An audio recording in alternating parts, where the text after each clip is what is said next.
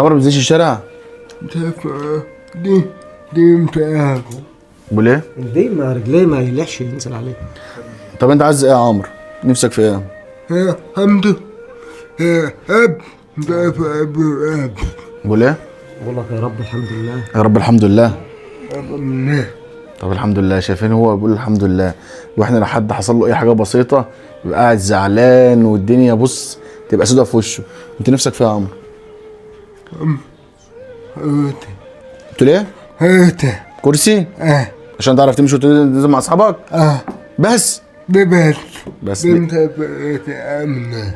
طب هو عمرو ده ملوش تكافل ولا كرامه ولا؟ لا بيقبض كفاله وكرامه.